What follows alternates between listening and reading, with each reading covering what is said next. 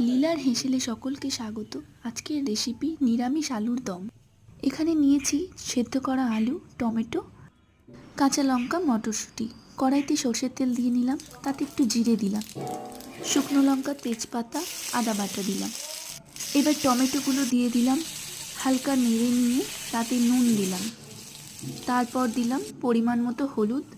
আবারও একটু নেড়ে চেড়ে নিয়ে দিলাম লঙ্কার গুঁড়ো, জিরে গুঁড়ো, স্বাদ মতো চিনি। ভালো করে মশলাটা কষিয়ে নিলাম।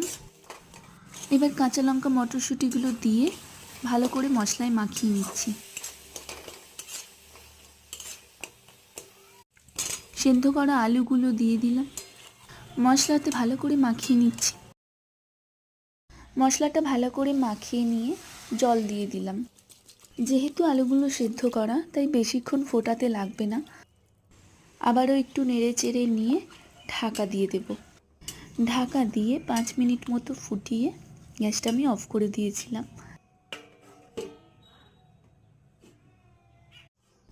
তারপরে রেডি আমাদের নিরামিষ আলুর দম।